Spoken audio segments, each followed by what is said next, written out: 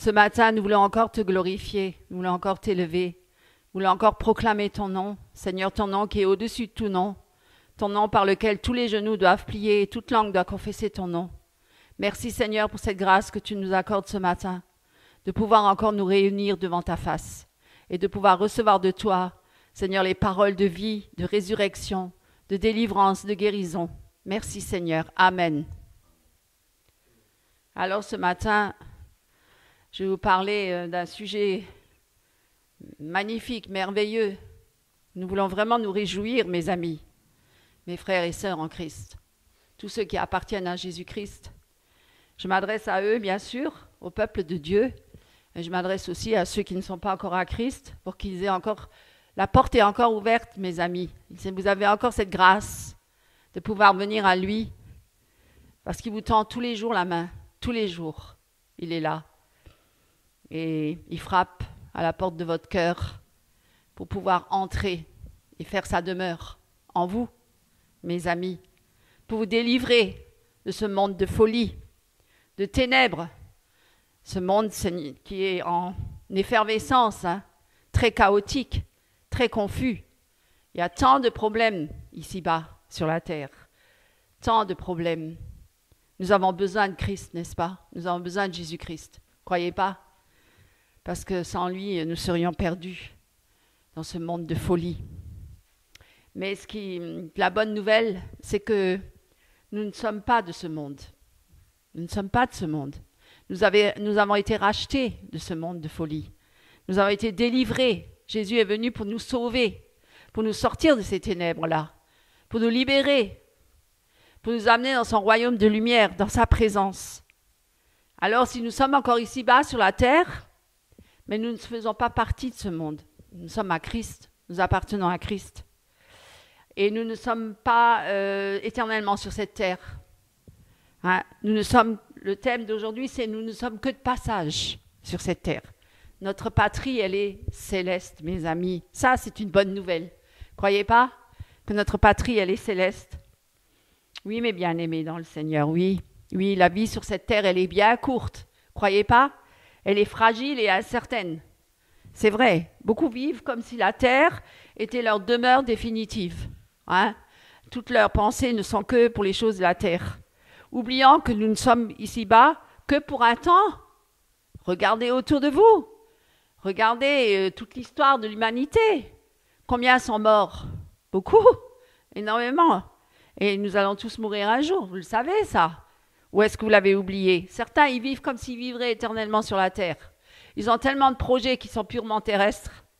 Et un beau jour, pouf, leur vie leur est complètement ôtée. Vous voyez bien, il y a des gens qui meurent tous les jours. Il y en a même qui sont assassinés, tués pour une idéologie, pour une bonne ou une mauvaise cause, peu importe. Mais certains se lèvent dans ce monde pour élever leur voix, et puis d'autres sont là pour supprimer ces voix-là. Vous voyez? On n'est rien sur la terre. Notre vie, elle tient qu'à un fil. Voilà. Et donc, beaucoup s'accrochent à ce monde-là. Beaucoup s'accrochent à leur petite vie. Et ceux qui s'accrochent à leur vie, celui qui veut gagner, veut pas lâcher sa vie, va la perdre. Et celui qui la perd, il la gagne. Vous voyez? C'est tout à fait à l'opposé. Beaucoup s'accrochent aux biens matériels, à leur richesse, aux honneurs de ce monde. Ils recherchent toujours les honneurs, ils veulent toujours être reconnus, ils veulent toujours être adulés, adorés, aimés. Ils veulent avoir un nom sur la terre. Ils veulent avoir un nom au-dessus du nom de Jésus-Christ. Ils veulent même être au-dessus de Jésus-Christ. Et ils veulent toujours être là, être toujours sur un piédestal, toujours être reconnus. Ils ne veulent pas qu'on les oublie. Ils font beaucoup de bruit. Certains font beaucoup de bruit. Ils se manifestent toujours. Il ne faut jamais les oublier. Et comme si nous devions durer pour toujours sur la terre. Certains. Ils font comme si on est éternel là sur la terre. Et puis, mais non. La Bible, elle dit autre chose. Si vous lisez votre Bible, qu'est-ce qu'elle nous rappelle, la Bible? La Bible, elle nous rappelle une vérité profonde. La Bible nous rappelle que nous ne sommes que de passage ici-bas. Notre vraie patrie, elle est pas terrestre. Elle n'est pas terrestre, mais céleste. D'ailleurs, elle a dit accumuler des trésors spirituels hein, et non pas des trésors matériels, physiques, terrestres, là où la teigne et la rouille peuvent atteindre. Mais cherchez d'abord, premièrement, le royaume de Dieu et sa justice. Cherchez les trésors d'en haut, hein, les trésors spirituels. Nous sommes que des pèlerins, des voyageurs, hein, des étrangers, hein, sur cette terre, en route vers notre maison, notre patrie céleste. Hein. Nous sommes en route, nous marchons sur ce chemin étroit, hein, et pour entrer dans la gloire avec le Seigneur. C'est ça notre but, mes amis. Croyez pas, hein, la vie terrestre, elle est passagère. Elle est passagère. D'ailleurs, même le roi David l'a dit, un homme selon le cœur de Dieu disait, prenez avec moi le psaume 39, verset 13. Qu'est-ce qu'il dit? Il le dit lui-même, hein? Il le dit lui-même. Écoute ma prière éternelle. Psaume 39, verset 13. Écoute ma prière éternelle et prête l'oreille à mes cris. Ne sois pas insensible à mes larmes, car je suis un étranger chez toi. Un pèlerin, un habitant, comme tous mes pères. Vous voyez, comme tous mes pères, détourne de moi le regard et laisse-moi respirer avant que je ne m'en aille et que je ne sois plus. Lui aussi savait qu'il ne resterait pas éternellement sur la terre. David, malgré sa royauté, malgré ses richesses, malgré ses victoires, savait que tout cela n'était que temporaire. Il se voyait comme un simple pèlerin. Un étranger sur la terre, un voyageur, un passager. Job aussi le dit. Prenez avec moi Job. Job, verset 14. Job, prenez avec moi Job. Verset 14.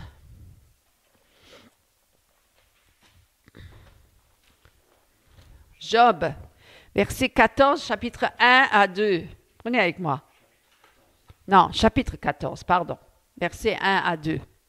Job 14, versets 1 à 2. Qu'est-ce qu'il dit, Job? Il reconnaît lui-même que l'homme, sa vie est courte. L'homme né de la femme, sa vie est courte, sans cesse agité. Il naît, il est coupé comme une fleur, il fuit et disparaît comme une ombre. Vous voyez? C'est ça notre vie. Hein? La vie de tous les hommes. C'est le lot de tous les hommes sur la terre. On s'agite tellement dans notre petite vie, là, éphémère, passagère. Vous voyez? Hein? Il y en a qui se tourmentent tellement pour tellement de choses qu'il y en a qui courent après du vent toute leur vie durant. Ils s'épuisent, hein? Ils se fatiguent, ils se lassent, ils accumulent tellement de biens. D'autres sont là, ils se donnent tellement de peine sous le soleil. Et pourtant, à la fin, ils finissent où? Hein? Dans la tombe. Mes amis, vous voyez, hein? À quoi bon s'être fatigué et usé autant? Pour qui? Tout est vanité sur vanité, dit Ecclésiaste. Et c'est ce qu'il dit Job. La vie de l'homme est courte, il naît, il est coupé comme une fleur. Paf, plus rien. Vous voyez, vous regardez rien que la jeunesse, la beauté de la jeunesse. Regardez-nous aujourd'hui dans la vieillesse. À quoi on ressemble? On n'est plus la belle fleur, hein, de la jeunesse. Oui, on est différent. Mais c'est de l'intérieur. L'homme extérieur se détruit, mais l'homme intérieur se construit par la grâce de Dieu. Hein. Mais vous voyez que l'apparence est trompeuse. Et à quoi bon? Même la jeunesse, elle passe. Tout passe. Fais tout ce que tu veux dans ta jeunesse, mais tu rendras des comptes plus tard. Vous le savez, ça? Oh oui, on le sait. Hein. Oh oui, à un moment, on est là. On est dans l'efférence de notre jeunesse. On est là, on est exalté, on est plein d'énergie, plein de bonne volonté. Et puis, si on ne suit pas les voies de Dieu, eh ben, vous vous rendez compte un jour que vous vous heurtez à un mur et vous tombez, vous chutez. Hein? C'est là qu'on commence à rendre des comptes. Certains rendent des comptes plus tôt que d'autres. Dieu est bon, il veut sauver le pécheur. Il ne veut pas qu'il reste dans les ténèbres. Il veut lui tendre la main tous les jours. Alors, vous voyez, la vie d'un homme est très courte. La fleur aussi, elle est très belle, vous voyez, au départ. Oh, qu'est-ce qu'elle est belle, cette fleur. Soit-elle. Et pourtant, elle se fane. Elle se fane très vite. Regardez la jeunesse et regardez la vieillesse. On est fané, hein, extérieurement. On est peut-être rajeuni intérieurement, mais extérieurement, le corps, il se fane. Et voilà notre condition sur la terre. Elle est passagère. Et c'est un qui s'accroche tellement à cette petite vie-là. Tellement. Et l'apôtre Pierre reprend cette même vérité. Prenez avec moi dans 1 Pierre, chapitre 1, verset 24. 1 Pierre. Prenez avec moi 1 Pierre. si je le trouve moi-même. 1 Pierre, chapitre 1, verset 24. Que lisons-nous? Que lisons-nous, mes amis? Que dit Pierre? Toute chair est comme l'herbe, et toute sa gloire. Vous voyez la gloire de l'homme, comme la fleur de l'herbe. L'herbe sèche et la fleur tombe, mais la parole du Seigneur demeure éternellement. C'est la parole du Seigneur qui demeure éternellement. La chair, c'est que passager. Toute la gloire de l'homme n'est que passager. Nous avons des exemples bibliques de vie éphémère sur la terre, à travers Abraham, Isaac, Jacob, qui ont vécu sous des tentes. Lisez avec moi Hébreux. Prenez Hébreux. Prenez avec moi Hébreux. Alors, Hébreux. Est-ce que je vais le trouver? Prenez avec moi Hébreux.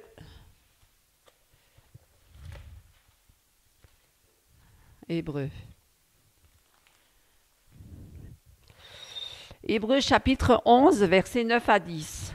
Que lisons-nous? La vie éphémère sur la terre. Pourquoi est-ce qu'ils ont vécu sous des tentes? C'était le symbole de leur condition passagère sur la terre. Ils ont pu se construire des palais, non? Alors, c'est par la foi en plus qu'il a obéi. Il a quitté son pays et sa famille. Et alors, c'est par la foi qu'il va s'établir dans la terre promise comme dans une terre étrangère, habitant sous des tentes, ainsi qu'Isaac et Jacob, les co-héritiers de la même promesse. Pourquoi? Car il attendait la cité qui a de solides fondements, celle dont Dieu est l'architecte et le constructeur. Il attendait la cité céleste. Mes amis, c'est là notre destinée. C'est là notre vraie maison. La cité de Dieu, la cité céleste. Gloire à Dieu. Gloire à Dieu, mes amis. Gloire à Dieu. Leur condition sur la terre n'était qu'une condition passagère. Moïse lui-même a dit au peuple, enseigne-nous à bien compter nos jours, afin que nous appliquions notre cœur à la sagesse, pas à la richesse, à la gloire, au matériel, mais à la sagesse. Il n'a pas demandé la richesse ni la gloire, Salomon. Ce qu'il avait demandé à l'époque, le roi. Donne-moi la sagesse pour que je puisse régner sur ce peuple. Ah oui, nous avons besoin de la sagesse, mes amis. Nous avons besoin de ces trésors spirituels pour nous conduire, pour nous diriger. Frères et sœurs, combien d'hommes et de femmes ont cru que leur richesse, leur pouvoir ou leur beauté même allait durer pour toujours? Combien l'ont cru? Combien? Mais tôt ou tard, ils découvrent quoi? Ils découvrent que la vie terrestre n'est qu'une vapeur qui passe. C'est rien une vapeur, Et ça disparaît. Waouh! Ça paraît un instant et disparaît ensuite. C'est ça notre vie. C'est ça notre vie. Regardez, il y a un tout récemment qui a été assassiné. Je ne vais pas le nommer parce que vous savez, vous pouvez regarder dans les informations. C'est quelqu'un qu'on a vu partout. Et d'un instant à l'autre, d'une seconde à l'autre, disparu. Fini. Plus de vie. Disparu. Parti. Mort. Notre vie, elle paraît un instant comme une vapeur qui passe et elle disparaît ensuite. C'est ça notre vie ici-bas sur la terre. Mais la bonne nouvelle, c'est que notre patrie, elle est céleste. Notre patrie véritable. Bien-aimés, si la vie sur la terre est passagère, alors où est notre véritable demeure? Et la réponse, elle est claire dans la parole. Lisez la parole. Notre demeure, elle est dans les cieux. Elle est dans les cieux. Elle n'est pas sur la terre. Paul l'affirme d'ailleurs dans Philippiens. Prenez avec moi Philippiens. Prenez avec moi Philippiens. chapitre 3. Philippiens, chapitre 3, verset 20. Vous avez? Qu'est-ce qu'il dit, Philippiens? Mais notre cité à nous est dans les cieux. Waouh! Parce que je peux vous dire même avant, certains pensent qu'aux choses de la terre, ils mettent leur gloire dans ce qui fait leur honte, ils ne pensent qu'aux choses de la terre. Mais notre cité à nous est dans les cieux. Notre cité à nous, elle est dans les cieux. Elle n'est pas ici-bas sur la terre. D'où nous attendons aussi comme sauveur le Seigneur Jésus-Christ, qui transformera notre corps, le corps de notre humiliation, en le rendant semblable au corps de sa gloire, par le pouvoir qu'il a de s'assujettir toutes choses. Amen. Alléluia. Vous vous rendez compte? C'est merveilleux. Vous ne trouvez pas? Je trouve ça magnifique. Notre cité à nous, elle est dans les cieux. Les chrétiens ne sont pas citoyens du monde de ce monde. Ne vous préoccupez pas des choses de ce monde, ils sont devenus des étrangers sur la terre. Et il y a plein de passages dans la Bible qui le disent, hein, dans Romains, dans Galates, dans Hébreux, vous pouvez lire. En ce qui concerne notre pèlerinage, c'est un pèlerinage qu'on a, en quelque sorte, terrestre. Nos valeurs et nos directions, ils devront prendre que notre objectif, c'est le ciel. Hein, notre patrie. Nous sommes nés d'en haut. Nous ne sommes plus de la terre, nous sommes nés d'en haut. Nous sommes citoyens des cieux. Nous sommes nés de nouveau. Nous appartenons à Christ. Comprenez ça? Nous sommes des enfants de lumière. Nos noms sont écrits dans le livre de la vie. Nos vies sont guidées par les normes célestes. Célestes, pas terrestres. Célestes. Nous devons marcher à contre-courant de ce monde. Hein, nous n'avons plus les mêmes normes que ce monde-là. Nous avons les normes célestes. Nos droits et notre héritage, qui nous attendent, sont dans les cieux. Nous sommes hérités et co-héritiers avec Christ. Vous voyez, tout notre être doit être dirigé vers les cieux, pas vers la terre. C'est très important. Car c'est vers le ciel que nos prières montent, n'est-ce pas? Et que tout notre espoir se tourne vers le ciel. Hein? Nous devons prier vers le haut, pas vers le bas, n'est-ce pas? Jésus aussi, il l'a dit. Je m'en vais auprès du Père pour vous préparer une place et je reviendrai vous chercher. Donc il nous prépare une place là-haut. Il nous a préparé une place. C'est pas ici-bas sur la terre, c'est là-haut dans le ciel. Une place pour nous qu'il a promis et de revenir nous chercher. Donc, pour nous prendre avec lui. Donc, nous devons lui rester fidèles, veillant et priant sans cesse, puisque notre espérance, elle est céleste. Faisons mourir les œuvres de la chair, marchons par l'esprit et non pas par la vue, par la chair. Cherchons les choses d'en haut et non pas celles d'en bas. Que toute notre espérance se tourne vers le ciel. Hein? C'est pour ces raisons que nous aspirons, puisque nous ne faisons plus partie de ce monde. Nous marchons dans ce monde, mais nous ne faisons plus partie de ce monde. Nous sommes donc des étrangers, des voyageurs sur la terre. C'est pourquoi nous aspirons à une vie meilleure, hein?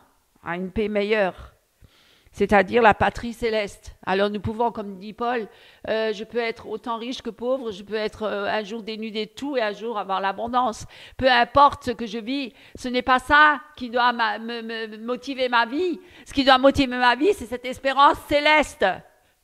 Vous comprenez ça? Par conséquent, Dieu n'a pas honte d'être appelé notre Dieu. Parce que si nous sommes citoyens des cieux, nous avons comme Père notre Dieu céleste, le Créateur du ciel et de la terre et de tout l'univers. Hein? Il nous a préparé une cité éternelle, merveilleuse, magnifique. Hein? Donc réjouissez-vous en tout temps, mes amis, réjouissez-vous. Nous ne sommes pas citoyens du monde, nous sommes citoyens du royaume de Dieu. C'est une bonne nouvelle, ça, mes amis. Peu importe, regardez même Paul quand il était en prison, il se réjouissait. Même Pierre, il chantait, il louait, il faisait les louanges à Dieu. vous croyez, vous êtes persécutés, vous devez malgré ça louer Dieu, même si on vous enlève tout, on vous ôte votre vie, vous glorifiez le Seigneur, parce que votre vie sur la terre n'est que passagère. Voilà. Dans l'Épître aux Hébreux, il dit encore, car nous n'avons ici-bas point de cité permanente, mais nous cherchons celle qui est à venir. Pourquoi nous attacher aux choses de la terre? Puisque nous avons une cité permanente dans les cieux. Cherchons cette cité-là, celle qui est à venir. Tout sur cette terre est instable, vous n'avez pas remarqué? Il y a des inondations, il y a des intempéries, tout qui est détruit. Des incendies, des forêts entières, des maisons, tout est détruit. Tout ce que l'homme a construit peut être détruit en un instant, en un clin d'œil. Il y a des guerres, il y a une bombe qui tombe sur des monuments historiques qui ont été considérés comme des grandes constructions merveilleuses, patrimoine international. Mais vous voyez, mais ça peut être détruit en un instant, en un clin d'œil. L'homme, il s'est donné autant de peine pour construire toutes ces cités-là terrestres. Qui peuvent être détruites en un instant. Tout est fragile sur cette terre. Tout est instable. Tout est incertain. Voyez, aujourd'hui, un homme a été en bonne santé. Demain, il est dans une chaise roulante. Du jour au lendemain, sa vie se dégrade. Sa santé dépérit. Vous voyez, son corps dépérit. Qu'est-ce que nous sommes sur la terre? Peu de choses, Pourquoi ne cherchons-nous pas la présence de Dieu, le royaume de Dieu? Tout est incertain, tout est fragile sur cette terre. Mais dans le ciel, nous avons une cité éternelle qui nous attend et qui est bâtie non pas par la main des hommes, mais par Dieu lui-même. Dieu lui-même. Et ça, on ne peut pas le détruire. C'est éternel. Vous voyez? Jésus l'a promis. Prenez avec moi dans Jean chapitre 14. Prenez avec moi Jean. Chapitre 14, versets 2 à 3.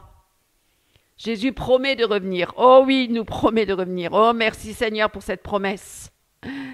Merci Seigneur. Et qu'est-ce qu'il nous dit?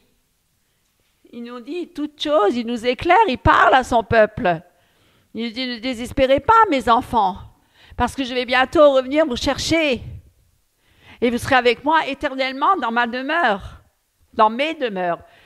Il le dit que votre cœur ne se trouble point. Croyez en Dieu et croyez en moi. Il y a plusieurs demeures dans la maison de mon Père. Si cela n'était pas, je vous l'aurais dit, je vais vous préparer une place. Et lorsque je m'en serai allé et que je vous aurai préparé une place, je reviendrai. Voyez, il ne nous abandonne pas. Le Seigneur n'est pas parti pour toujours. Il va revenir nous chercher. Il est déjà avec nous. Nous sommes déjà avec lui pour ceux qui sont nés de nouveau, convertis, qui appartiennent à Christ. Christ vit en nous. Il plaide notre cause auprès du Père. Il est notre avocat auprès du Père. Il est assis à la droite du Père et nous sommes assis avec Christ au plus haut des cieux à la droite du Père. Nous sommes déjà avec lui. Et il dit quoi? Je vous aurai préparé une place et je reviendrai et je vous prendrai avec moi.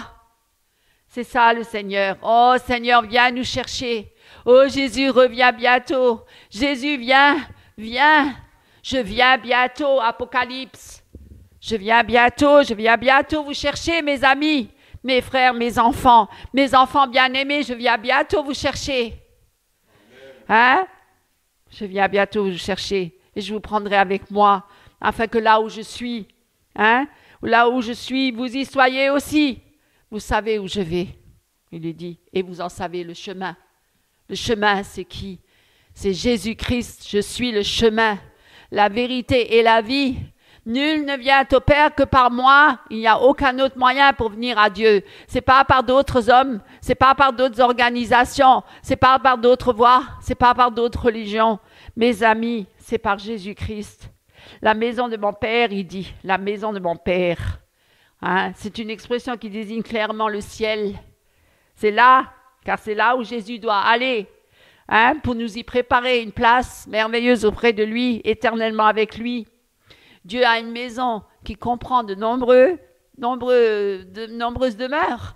On ne peut même pas se rendre compte.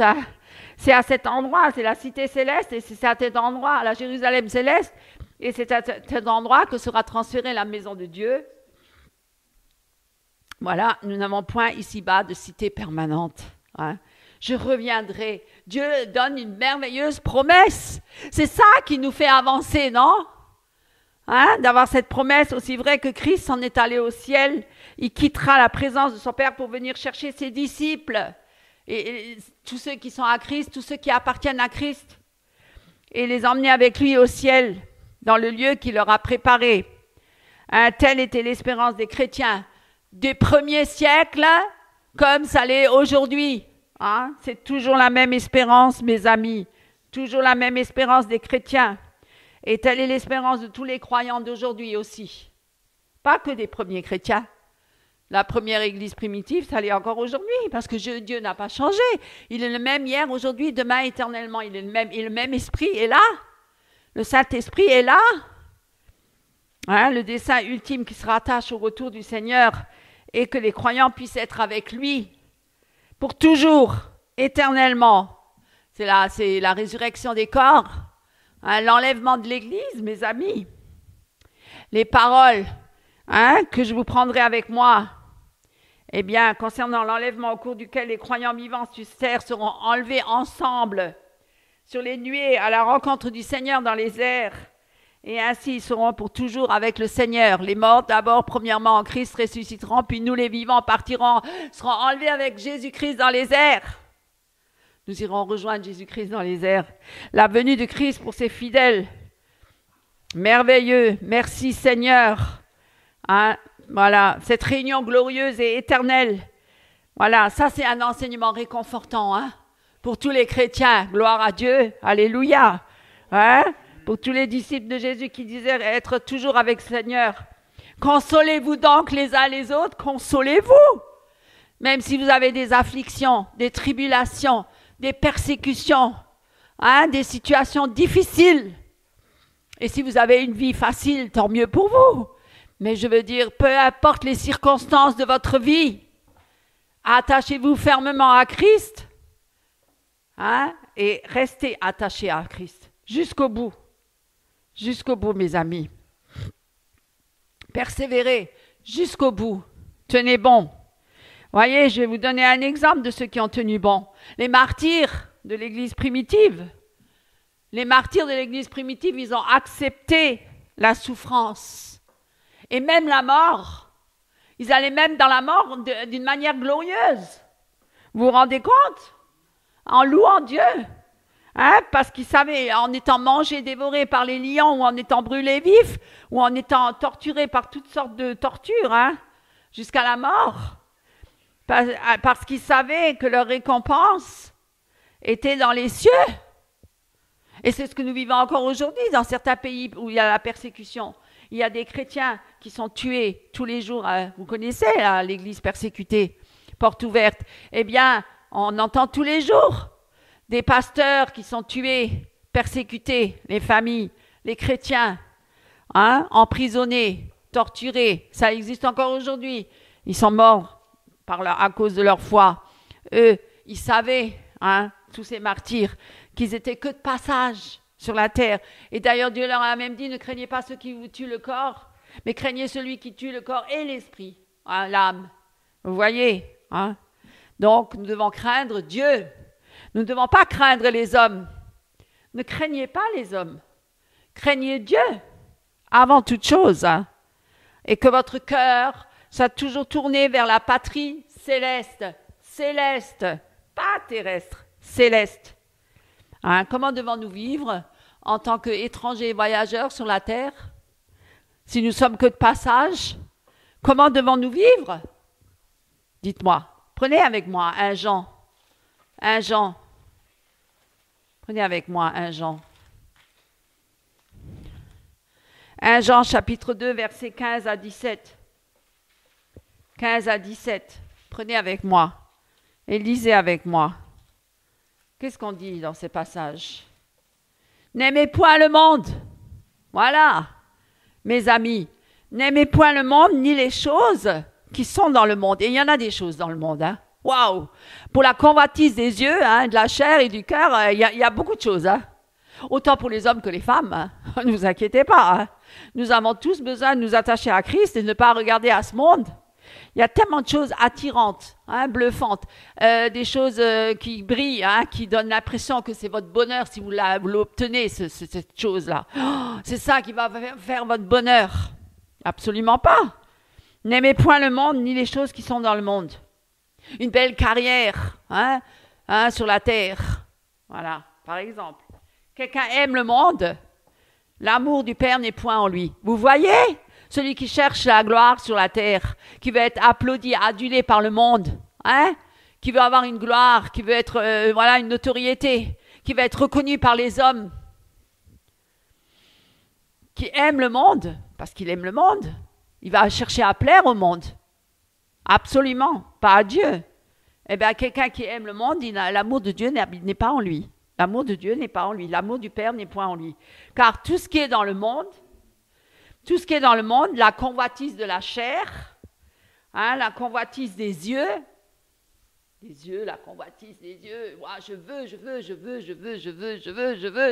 veux, c'est interminable. C'est interminable. L'homme est insatiable.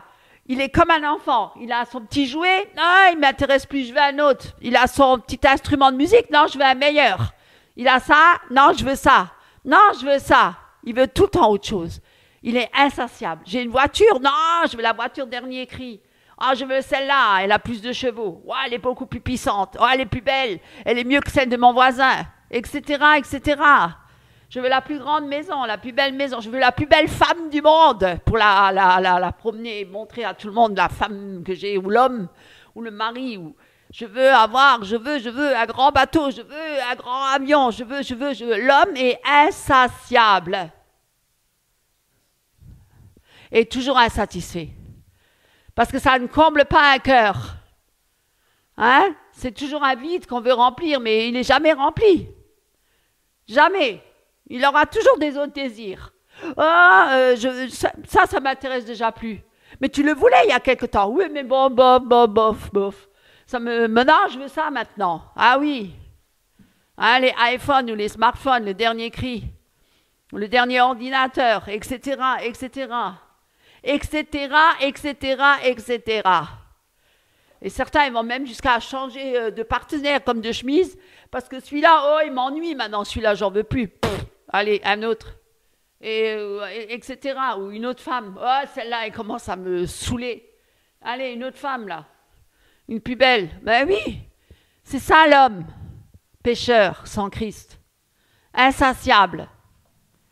Insatiable.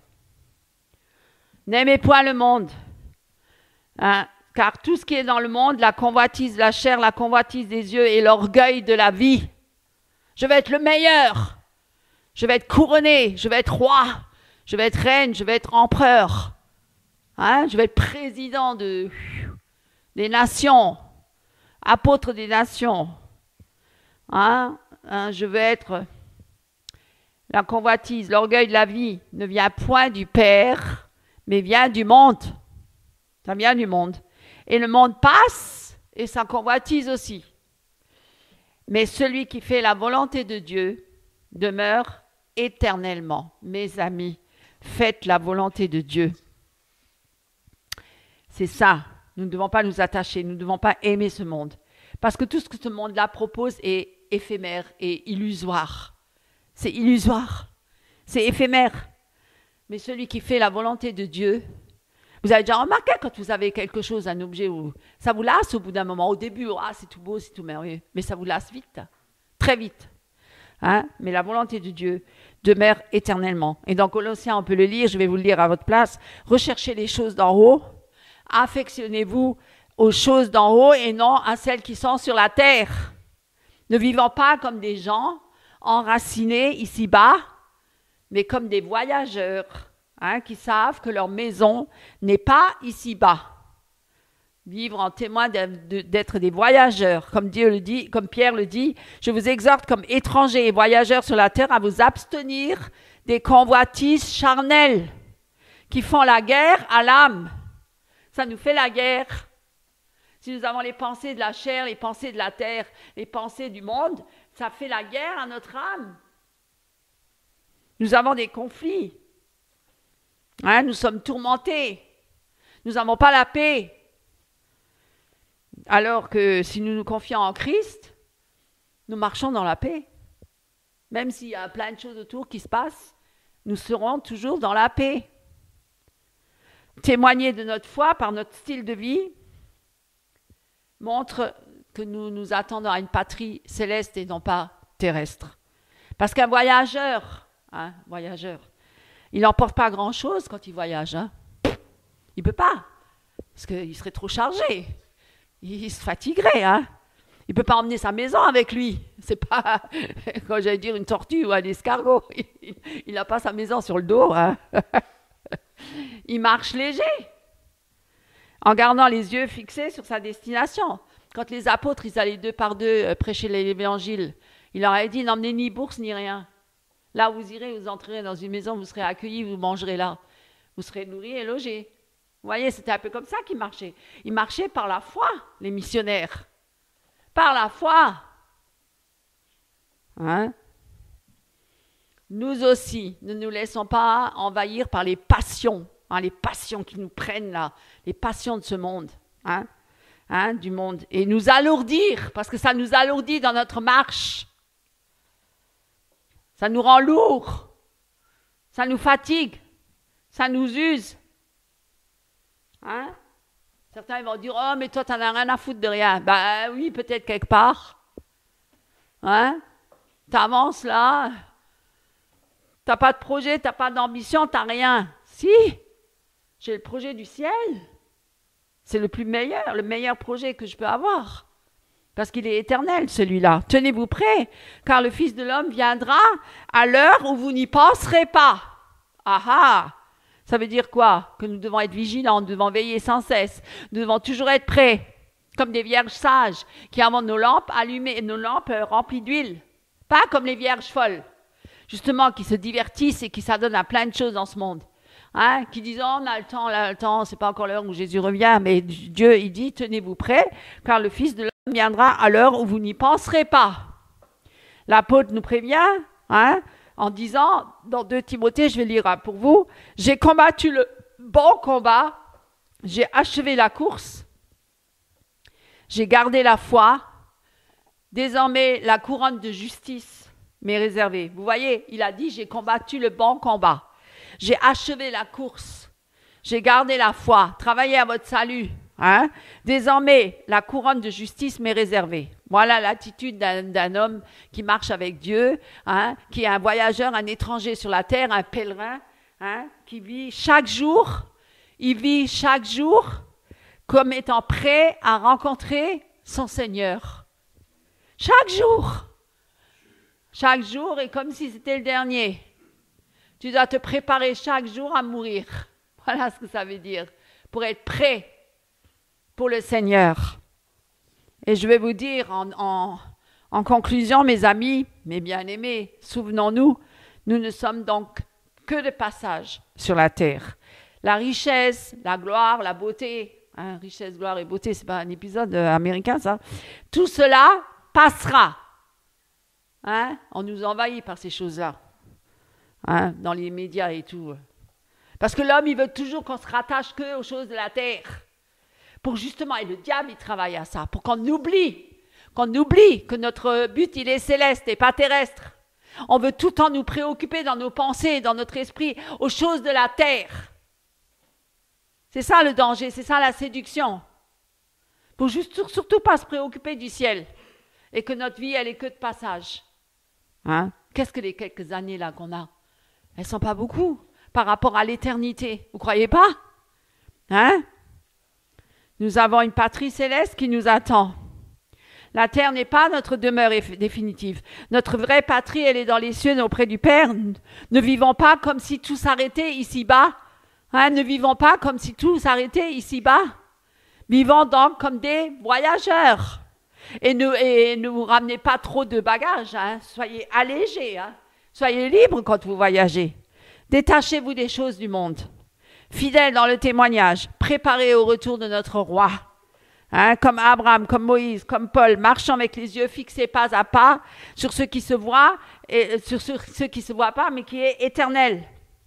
Frères et sœurs, attachons nos cœurs non pas aux choses passagères de la terre, mais aux réalités éternelles, la cité céleste où Jésus nous attend. Alléluia.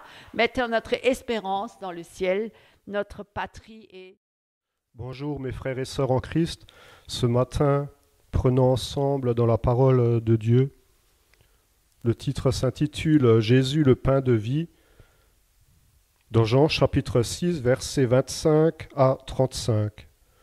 Et l'ayant trouvé au-delà de la mer, ils lui dirent « Rabbi, quand es-tu venu ici ?»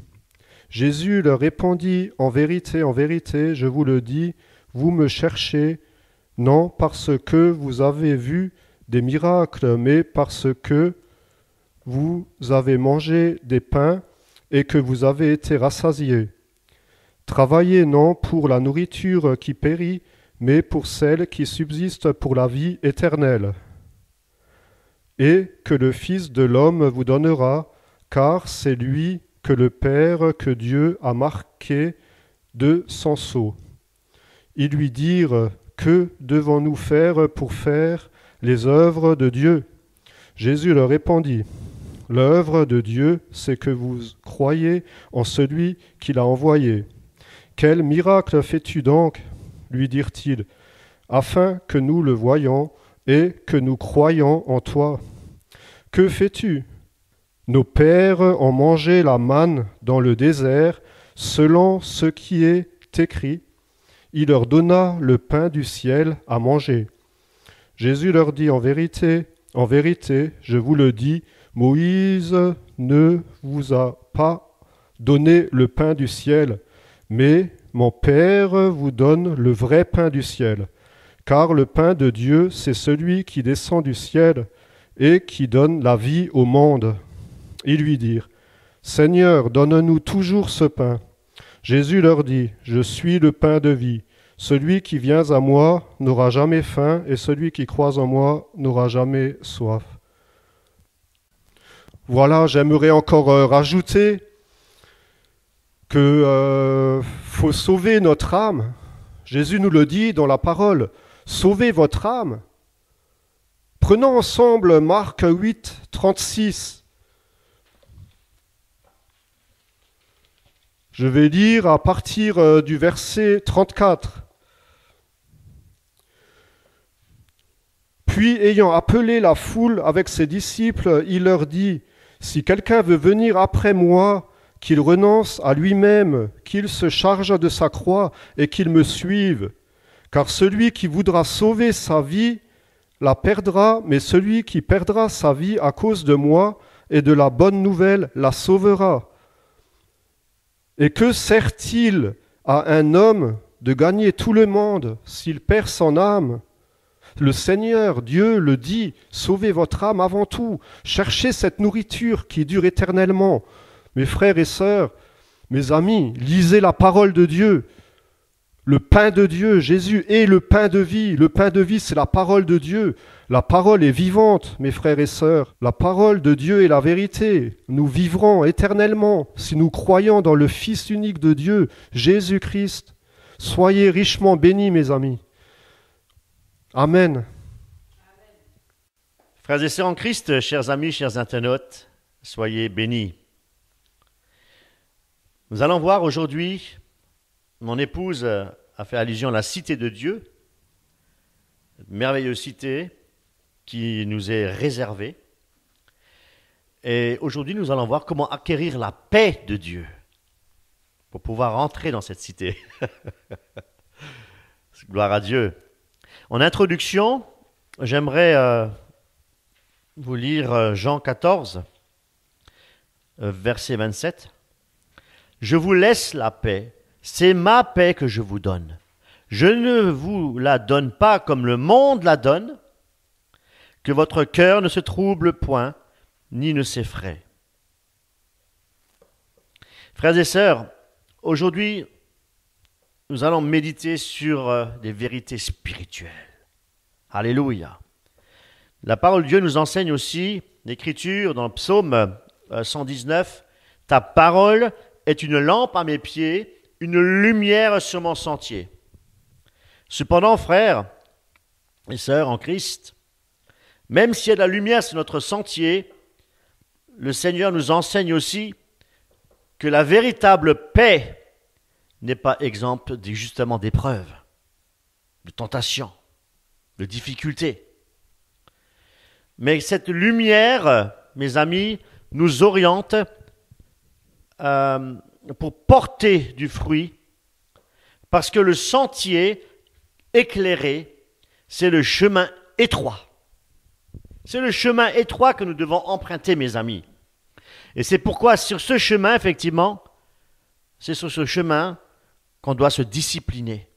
C'est sur ce chemin étroit que nous devons faire entièrement confiance à Dieu quand il y a des épreuves et des tentations. Parce que sur ce chemin, nous ne marchons pas seuls. Sur le chemin étroit, il y a notre Seigneur, notre Sauveur. Alléluia. C'est une vérité. Et c'est Jésus-Christ, lorsqu'il y a des difficultés, lorsqu'il y a des épreuves, il a compassion de nous. C'est lui-même qui nous porte sur ce chemin. C'est Christ. Il dit, je vous ai dit ces choses afin que vous ayez la paix en moi. Vous aurez des tribulations dans le monde. On n'est pas épargnés, mes amis. Personne n'est épargné. D'ailleurs, même pas les païens sont épargnés des tribulations. Voyez-vous? Ils ont aussi leurs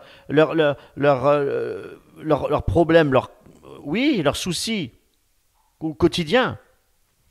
Mais le Seigneur, ce qu'il dit aux chrétiens, c'est « Prenez courage, car j'ai vaincu le monde. » Alléluia. Nous devons prendre courage, mes amis. La paix, selon Dieu, ne dépend pas non plus des circonstances extérieures, voyez-vous. Mais elle dépend d'une relation vivante et intime avec notre Seigneur, mes amis. Alléluia. Parce qu'il est dit effectivement que la paix de Dieu surpasse toute intelligence et cette paix gardera, mes amis, nos cœurs lorsque nous passerons par des épreuves. Cette paix surnaturelle, la paix surnaturelle de Dieu garde notre cœur. Et je présume que vous avez déjà expérimenté cela dans votre vie. C'est cette paix-là que nous cherchons tous ensemble, mes amis. C'est la paix de Dieu. Et c'est ce que nous allons voir à présent. La vraie paix de Dieu, elle commence par quoi? Elle commence par reconnaître Jésus-Christ comme étant le Seigneur, comme étant le Sauveur du monde. La première étape sur ce chemin de la paix, c'est de reconnaître que cette paix ne vient pas du monde. Parce que le monde nous apporte une paix passagère. Voyez-vous? Une paix qui ne dure pas. Peut-être par des émotions. Une situation que nous vivons, nous sommes dans la joie, une paix. Mais ce n'est pas une paix durable, ce n'est pas la paix de Dieu. C'est pourquoi il a dit, je vous laisse la paix, je vous donne ma paix. Parce que la paix de Dieu est durable. La paix de Dieu, c'est la paix véritable. Et cette paix-là, véritable, elle a un nom, elle a une source. C'est Jésus-Christ. La paix de Dieu, c'est Jésus-Christ, mes amis. Alléluia. Il est notre paix. Amen, c'est Jésus-Christ notre paix. Vous savez, beaucoup de personnes cherchent la paix sur un chemin large, malheureusement. Un chemin qui ne mène pas à la vie éternelle. Le chemin large, nous dit Jésus-Christ, nous mène où? À la perdition éternelle. Et pourquoi? Parce que sur ce chemin large ne se trouve pas Jésus-Christ. Il ne se trouve pas sur le chemin large. Cependant, beaucoup pensent trouver la paix de l'âme et la sagesse de l'esprit sur ce chemin large. Beaucoup pratiquent à cet effet le yoga et mettent leur confiance en eux-mêmes au travers un maître qui s'appelle Bouddha. Mais Jésus-Christ, lui, il est vivant. Contrairement à Bouddha, Jésus-Christ ne se trouve pas sur le chemin large. Jésus-Christ, nous ne le trouvons que sur le chemin étroit. C'est le chemin de la paix. C'est sur le chemin étroit que nous trouvons la paix de Dieu. C'est le chemin de la guérison de l'âme. Il est dit, Jésus-Christ est le chemin, la vérité et la vie. Amen. Nul ne vient au Père que par moi, par Christ, et non pas par soi-même ou par Bouddha. Bouddha est mort. Jésus-Christ, lui, il est ressuscité des morts. Amen. Il est vivant. Et Jésus-Christ a dit, venez, vous tous qui êtes fatigués et chargés, je vous donnerai du repos. Ce repos, vous le trouverez sur le chemin étroit, là où Jésus-Christ nous guide. Amen. Comprenons que la paix de Christ, nous la trouvons que à travers une relation avec lui, une relation intime avec Christ. Il est important de comprendre cela. Chercher la paix sur un chemin où Jésus-Christ n'est pas, c'est l'illusion. Vous allez tourner en rond, vous ne le trouverez jamais, la paix. Parce que Christ, lui seul, il est la source de la paix. Voyez-vous? Paul le dit aussi clairement. Il est notre paix, dans Éphésiens 2,14. Plus nous demeurons en Christ, plus sa paix grandit en nous, grandit dans notre cœur. Jésus nous a fait une promesse, une merveilleuse promesse. Je vous laisse la paix, je vous donne ma paix. Et je ne vous donne pas comme le monde la donne. Voyez-vous? Que votre cœur ne se trouble pas et qui ne s'effraie point. Autrement dit, la paix est vraiment solide et durable, enracinée dans la présence de Dieu. Et elle ne dépend pas, certainement pas, des circonstances, voyez-vous, que nous pouvons vivre. Parce que même dans les moments qui sont très difficiles, dans les moments pénibles de notre vie, eh bien, il peut et il veut nous donner sa paix, si nous restons fidèles, si nous restons attachés à Christ intimement. Lorsque nous passons par des épreuves, des moments pénibles, des moments de difficulté, le Seigneur, il peut et il veut nous donner sa paix. Et vous savez pourquoi?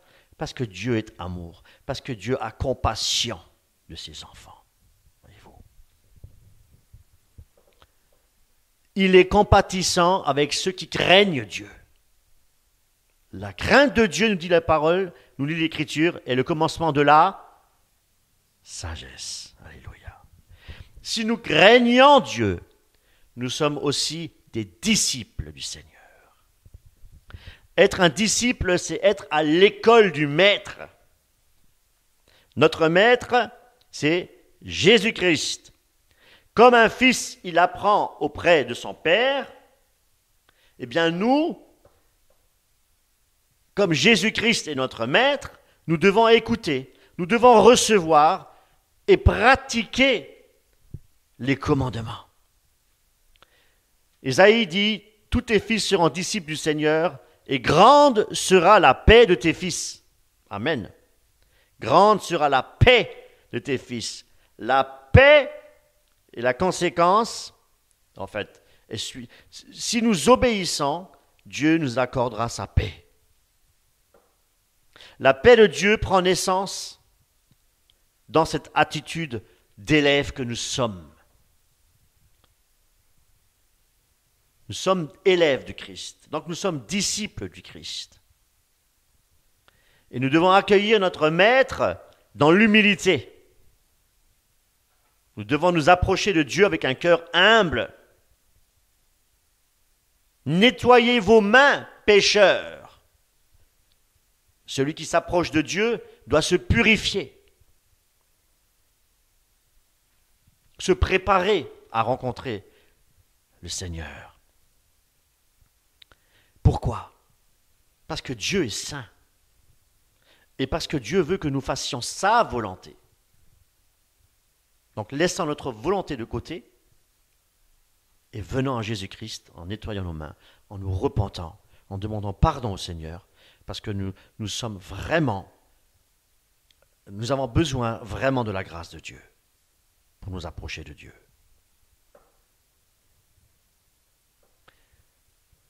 Le Seigneur nous demande d'imiter ses pas, apprendre à le connaître de mieux en mieux et jour après jour.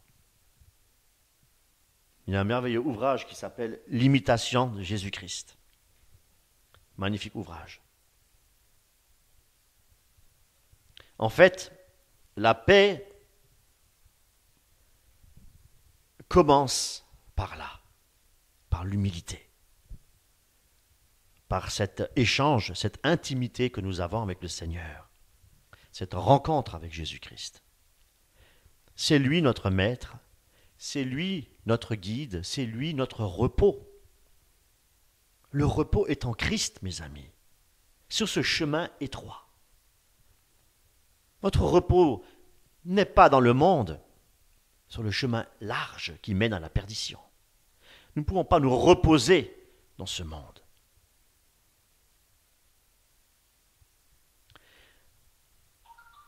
Quiconque fait la volonté, nous dit, de mon Père qui est dans les cieux, c'est lui, mon frère, c'est lui, ma sœur, c'est ma mère, celui qui fait la volonté de Dieu.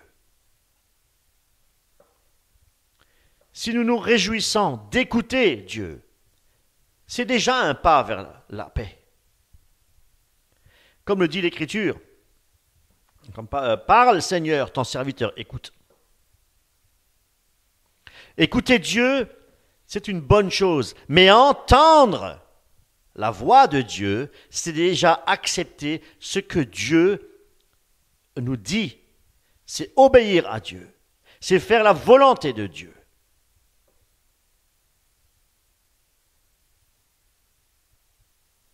Et l'obéissance, c'est la réponse à l'amour que Dieu a déposé dans notre cœur. Nous ne pouvons pas obéir à Dieu si au préalable nous n'avons pas l'amour de Christ en nous.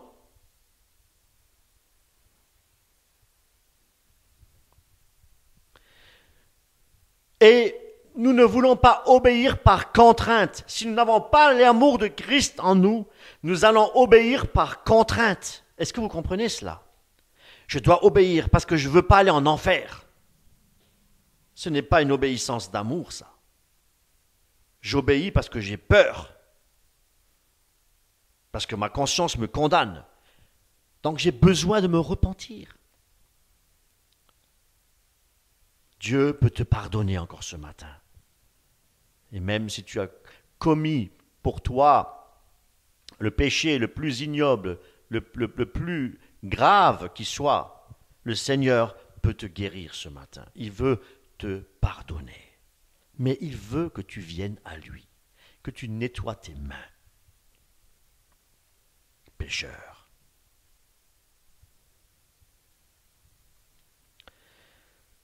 Imaginez-vous Christ mourir par contrainte sur la croix. Est-ce que c'est encore une œuvre d'amour? Non. C'est pourquoi nous ne pouvons faire aucune œuvre, comme le disait mon épouse ce matin, si ce n'est pas conduit par l'amour du Christ. C'est par amour que nous œuvrons pour le Seigneur. Parce que des œuvres, beaucoup font des œuvres, même des personnes qui ne sont pas chrétiennes. Regardez les Coluche. On fait des œuvres, on fait des œuvres. Regardez quand ils viennent avec des roses, un espoir. Ils font des œuvres. Mais si l'amour de Christ ne règne pas dans le cœur, ce sont des œuvres mortes. Les œuvres que Dieu a préparées d'avance, que nous pratiquons, ce sont des œuvres que nous pouvons pratiquer parce que nous avons l'amour de Christ en nous. Sans amour, nous ne sommes rien. Et toutes les œuvres que nous faisons sans l'amour de Christ n'ont aucune valeur devant Dieu. C'est ça la différence. Si nous obéissons en Christ, nous devons le faire par amour pour Christ.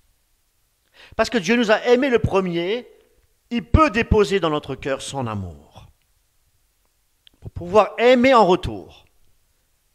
Parce que l'amour, mes amis, c'est un échange. C'est un échange.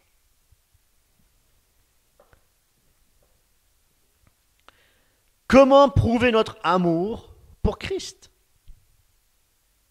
Comment prouver que nous aimons le Seigneur? C'est en gardant ses commandements.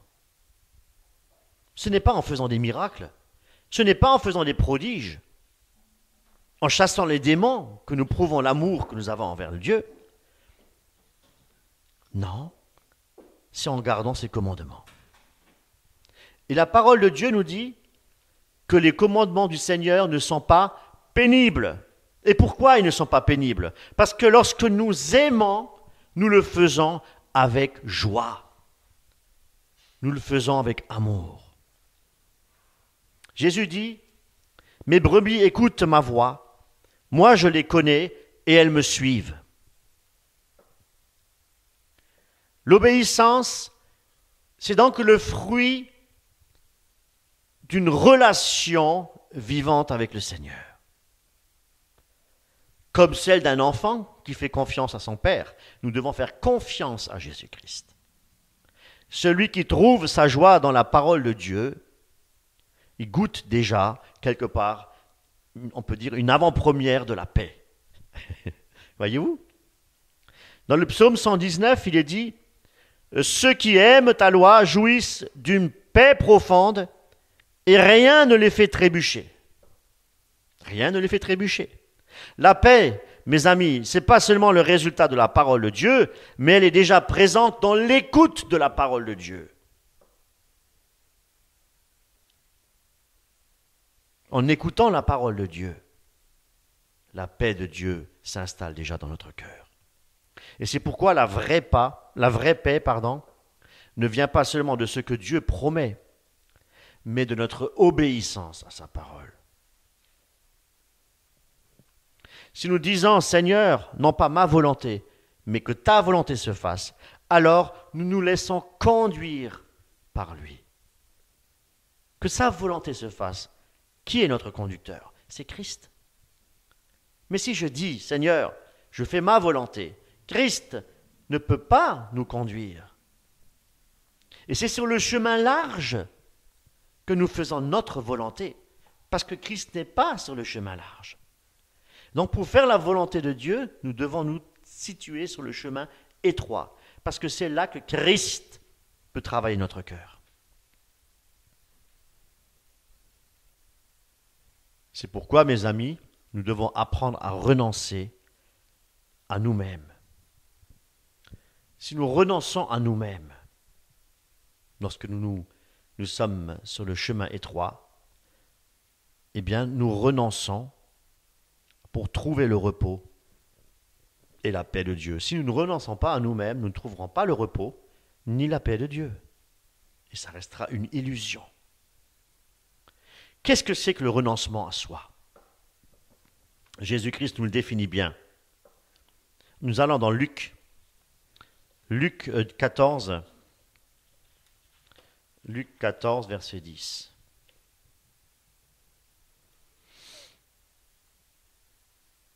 Au contraire, lorsque tu as invité, va te mettre à la dernière place, de façon qu'à son arrivée, celui qui t'a invité te dise « Mon ami, monte plus haut ». Alors il y aura pour toi de l'honneur devant tous les autres convives. Car quiconque s'élève sera abaissé, et celui qui s'abaisse sera élevé.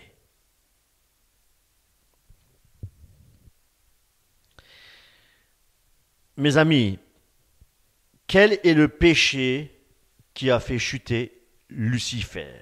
Parce qu'avant d'être Satan, il était Lucifer, un archange. Quel est le péché qui l'a fait chuter? Oui? L'orgueil. L'orgueil. L'orgueil nous pousse toujours à vouloir être vus. L'orgueil nous pousse à vouloir être reconnus. L'orgueil nous pousse à vouloir être justifiés. Voyez-vous? Le péché de l'orgueil, c'est un péché qui nous condamne. C'est un péché qui nous condamne. Et c'est pourquoi Jésus-Christ ne veut pas nous condamner. Et il nous demande de choisir l'humilité. Parce que l'humilité, c'est décider de ne pas se mettre toujours en avant et de reconnaître que nous ne savons pas tout. Et c'est pourquoi il est important d'accepter nos limites que Dieu nous a données. N'allons pas au-delà de ça. Personne n'est parfait, mes amis. Aucun homme sur cette terre n'est parfait.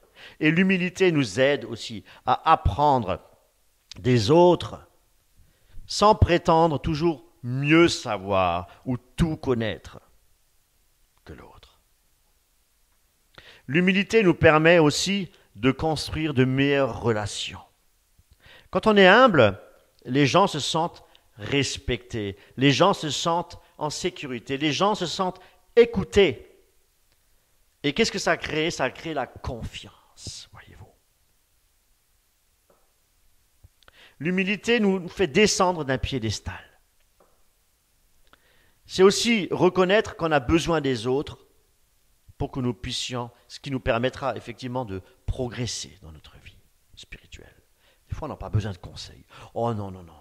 Alors, surtout pas lui. Alors, lui, je ne veux rien entendre de sa part. Mais justement, si. C'est l'orgueil. C'est l'orgueil. L'humilité fait placer Dieu et les autres avant nous. Et cela permet de suivre l'exemple de Jésus-Christ. Parce que Jésus-Christ, c'est lui, notre maître, notre modèle d'humilité par excellence.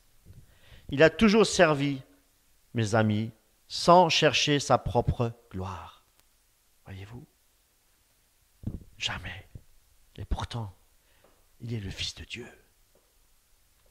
Il nous a laissé un modèle d'humilité au plus haut degré.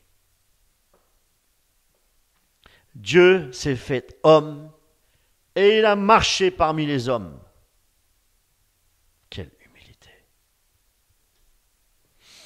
Renoncer à soi-même, c'est apprendre à se contenter de ce que Dieu nous a donné. Et cela nous conduit à avoir un cœur sobre, voyez-vous. Donc, on peut comprendre que la paix, quelque part, elle se nourrit par la simplicité des choses simples. Prenons 1 Timothée, chapitre 6.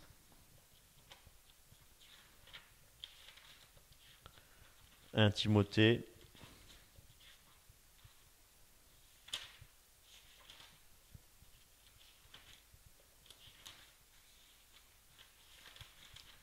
chapitre 6, versets 6 à 7.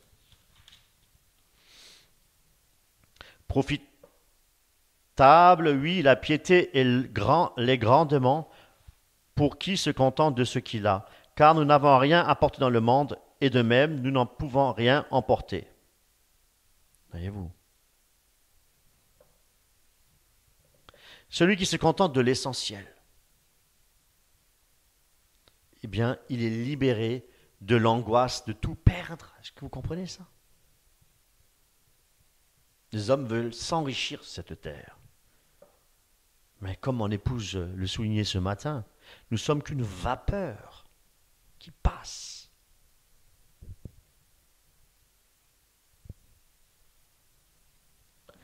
Mais Jésus, lui va encore plus loin avec nous. Parce qu'il nous appelle à renoncer à nous-mêmes. Si quelqu'un veut être mon disciple, est-ce que tu veux être disciple de Christ? Est-ce que tu veux être disciple de Christ pour faire des miracles et des prodiges et des guérisons? Ou veux-tu être disciple de Christ pour l'aimer, pour l'adorer, pour le servir, pour servir ton prochain, pour prier pour tes ennemis? Si tu veux être disciple de Christ, tu peux l'être. Mais si tu ne renonces pas à toi-même, tu ne peux pas être disciple de Christ. Si tu ne te charges pas de ta propre croix, tu ne peux pas être disciple de Christ. Suivre Jésus-Christ, il faut au préalable renoncer à soi-même, à sa propre vie, à ses ambitions. Et placer Jésus-Christ en premier dans ta vie. Ce renoncement, mes amis, ce n'est pas que tout est privé, mais au contraire, c'est une vraie liberté. En arrêtant de vouloir tout contrôler, eh bien, on libère la place de notre cœur pour laisser la volonté de Dieu agir en nous. Et c'est Dieu qui nous a franchis et nous rend libres, mes amis. C'est Dieu, libre de ce qui nous retenait captifs. Libérés de l'esclavage intérieur, mes amis, libérés. Pourquoi? Pour nous permettre de vivre Christ, de suivre Christ et de marcher selon sa volonté.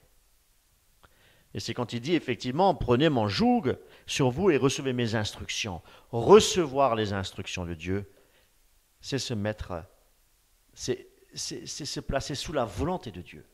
Recevoir, c'est se soumettre à sa volonté pour obéir aux instructions. Car je suis doux et humble de cœur. L'humilité, la douceur, fruit de l'esprit. Et c'est à ce moment-là que vous trouverez, nous dit la parole de Dieu, nous dit Jésus-Christ, que vous trouverez le repos pour vos âmes. Et c'est quoi le repos? C'est la paix de Dieu qui surpasse toute intelligence. Voyez-vous, l'humilité, le renoncement en nous-mêmes nous permet de trouver le repos pour nos âmes. C'est merveilleux. Celui qui s'abandonne à Dieu, celui qui choisit la simplicité, celui qui choisit l'humilité à la place de l'orgueil, eh bien, il va découvrir, il va goûter la vraie paix intérieure, la vraie paix que seul Dieu peut donner, que le monde ne peut pas donner, ni enlever. La paix de Dieu. Pour goûter la paix de Dieu, nous devons reconnaître aussi au préalable que nous sommes des êtres faibles. Reconnaître que nous sommes fragiles. Donc, pour avancer dans la paix, il faut commencer par admettre que nous ne pouvons pas y arriver par nos propres forces, par nos propres moyens. Nous avons besoin de Jésus-Christ. Parce que Jésus lui-même l'a annoncé à ses disciples lorsqu'il a dit « Vous ne pouvez rien faire sans moi ». La paix de Dieu en nous, ce n'est pas le résultat de nos seules forces, de nos propres forces, mais c'est le fruit de l'Esprit, la paix de Dieu. Galates 5, 22. Hein?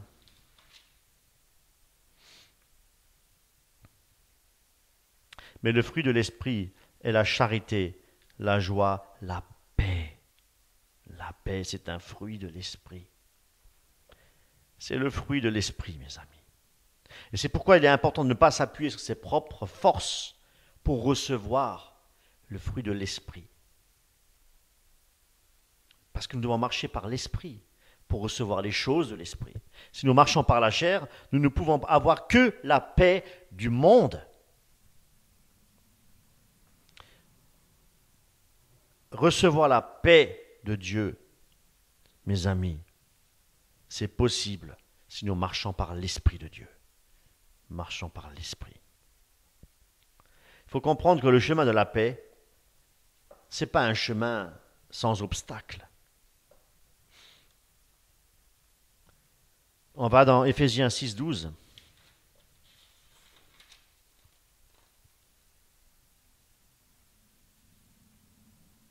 Car ce n'est pas contre les adversaires de sang et de chair que nous avons à lutter, mais contre les principautés, contre les puissances, contre les régisseurs de ce monde de ténèbres, contre les esprits du mal qui habitent les espaces célestes. Le chemin de la paix passe aussi par une lutte intérieure. Et vous savez pourquoi?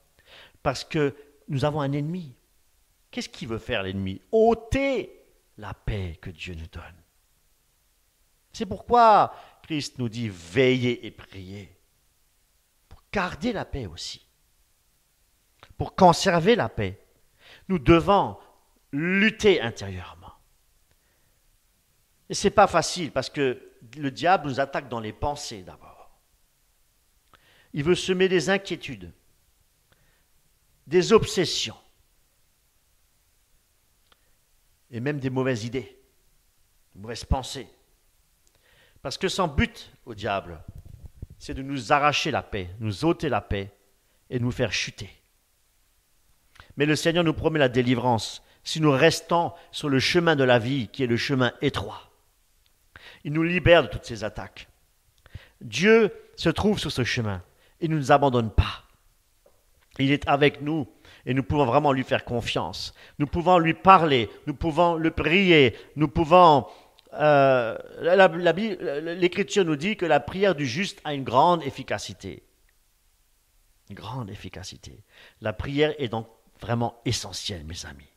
Comme le dit aussi Psaume 77, au jour de ma détresse, j'ai cherché le Seigneur et il m'a répondu. La nuit, ma main était... Nous devons donc, mes amis, persévérer dans tous les sens du terme, dans la prière. Pourquoi pas jeûner aussi? C'était une pratique qui se faisait au début des premiers siècles, le jeûne. Très important. C'est aussi pour brider la chair. En restant fidèle à Jésus-Christ et en appelant à lui quand il y a ces luttes intérieures qui se manifestent, nous pouvons garder la paix de Dieu et sortir vainqueurs. Dieu promet la victoire à ceux qui restent fidèles à sa parole, à ceux qui restent sur le chemin étroit. La victoire appartient entièrement à Jésus-Christ. Alors approchons-nous vraiment du Seigneur avec un cœur humble et faisons-lui confiance, entièrement confiance. Quand nous combattons par la prière, eh bien nous découvrons que Dieu nous donne aussi la paix, malgré les difficultés que nous pouvons rencontrer sur ce chemin étroit. Il nous donne la paix. Jésus lui-même il a rassuré les disciples, je suis avec vous jusqu'à la fin du monde. Des promesses, tout ça. Jusqu'à la fin du monde, il est avec nous en esprit et en vérité. Et ceux qui adorent Dieu, c'est en esprit et en vérité. Voilà. La paix de Dieu se construit non seulement par la prière, mais aussi par la lumière de Dieu. La lumière de Dieu, je m'explique. Nous avons besoin d'être éclairés pour marcher sous cette paix, dans cette paix. Parce que cette paix ne se développe pas dans la confusion. Cette paix ne se développe pas dans le flou. On a besoin de lumière. La lumière de Dieu que Dieu met dans notre cœur. Et cette lumière, c'est qui? Je suis la lumière, c'est Christ. Comme il est dit aussi dans le psaume 119, « Ta parole est une lampe pour mes pas et une lumière sur mon sentier. » Là où la lumière de Dieu brille, les ténèbres, qu'est-ce qu'ils font? Paf, ils disparaissent. Là où il y a la lumière, les ténèbres disparaissent. Il nous donne également le discernement pour rester sur le chemin de la vérité et pour éviter de marcher dans les ténèbres. Jésus dit aussi dans Jean 8 que marcher avec lui, c'est se laisser éclairer par sa lumière. Nous devons aussi nous laisser éclairer pour marcher dans la lumière. Et cette lumière nous montre parfois des obstacles sur ce chemin étroit. Quand il y a des obstacles, si nous n'avons pas la lumière du Christ, nous ne voyons pas ces obstacles. Nous pouvons chuter et nous pouvons emprunter le chemin large, voyez-vous, malheureusement. Mais lorsqu'il y a la lumière, lorsque nous sommes en communion avec Christ, lorsque nous sommes dans la présence du Seigneur, nous voyons clair, nous voyons lorsqu'il y a un obstacle sur le chemin étroit. Et le Seigneur nous aidera toujours à le surmonter. Mais sans la lumière, nous branchons.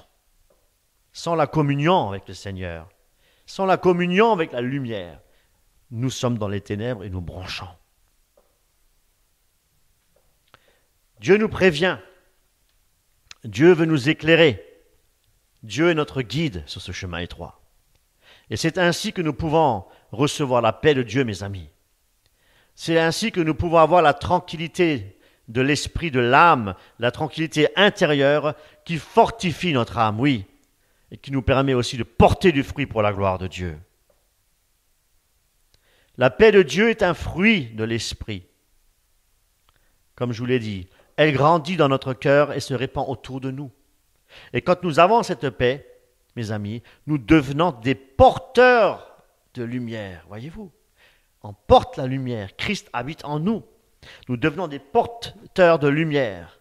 Nous avançons avec Christ. Et cette paix nous apporte la joie dans nos vies et aussi dans celle des autres qui nous entourent. Les gens voient en nous la paix de Dieu. Alléluia.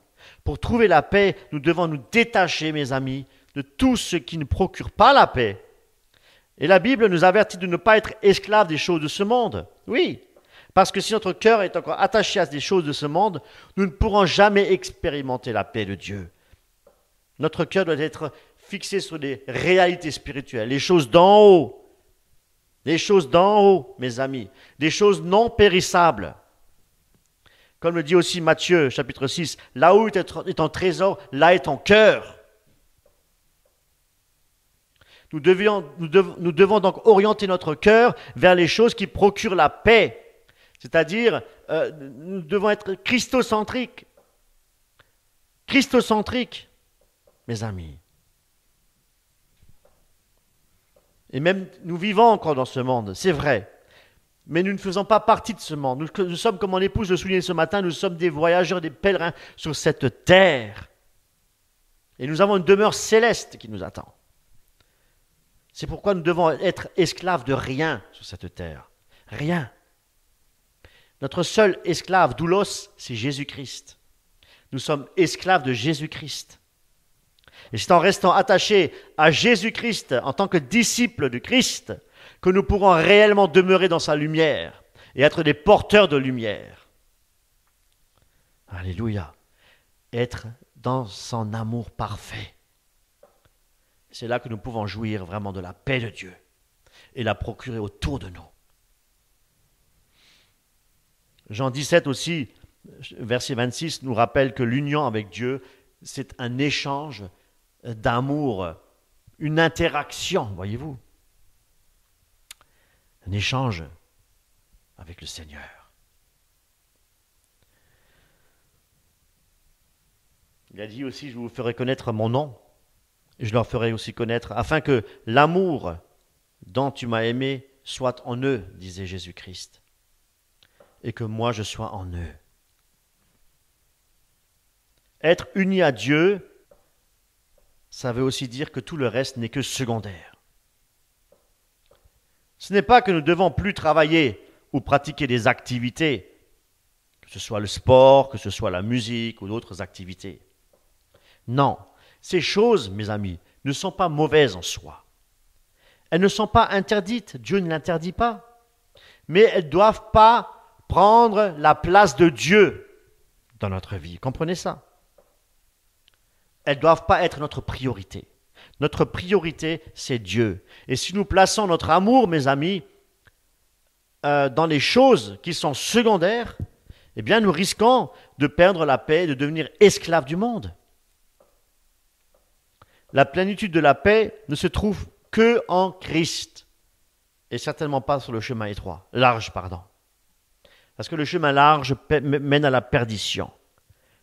Le chemin vers la paix, je vous l'ai dit, ça implique quoi? Un combat intérieur, un combat spirituel. Et tant que nous restons unis à Jésus-Christ, qu'il est notre source de vie, notre lumière, eh bien nous n'avons strictement rien à craindre. Parce que la victoire, elle est en Jésus-Christ. Et si nous faisons confiance à Jésus-Christ, eh bien, nous serons victorieux. Chaque jour, mes amis, est un nouveau jour. Et Dieu fait grâce chaque jour. Nous ne connaissons pas l'avenir. Parce que l'avenir appartient à Dieu. Et le passé, il est déjà derrière nous. Nous vivons dans le présent. Et c'est dans le présent où nous devons vraiment vivre pour le Seigneur. Ah oui. Et c'est pourquoi il est utile de faire un examen de conscience tous les jours. Par exemple, chaque soir, repenser à la journée, se demander si nous avons vécu la paix de Dieu ou si nous avons effectivement peut-être perdu cette paix à un moment donné de la journée. Donc il est important de faire le bilan et de se poser la question à quel moment effectivement j'ai perdu cette paix. Qu'est-ce qui s'est passé? Parce que c'est un exercice qui va nous permettre de grandir spirituellement et aussi de mieux nous connaître nous-mêmes, voyez-vous. Et aussi à prendre conscience de nos faiblesses. En reconnaissant nos faiblesses, eh bien, on peut progresser. On peut progresser. Restons humbles. Et nous pouvons devenir plus solides dans notre foi. Nous pouvons alors prier le Seigneur et lui demandant de nous aider à garder cette paix chaque jour. Parce que nous avons un ennemi qui veut voler cette paix, comme nous l'avons vu.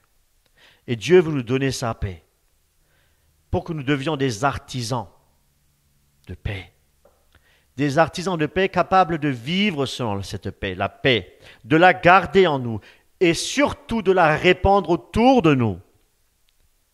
Colossiens 3,15 nous dit « La paix du Christ doit régner dans notre cœur. » Nous unir à Christ et nous faire vivre dans son amour.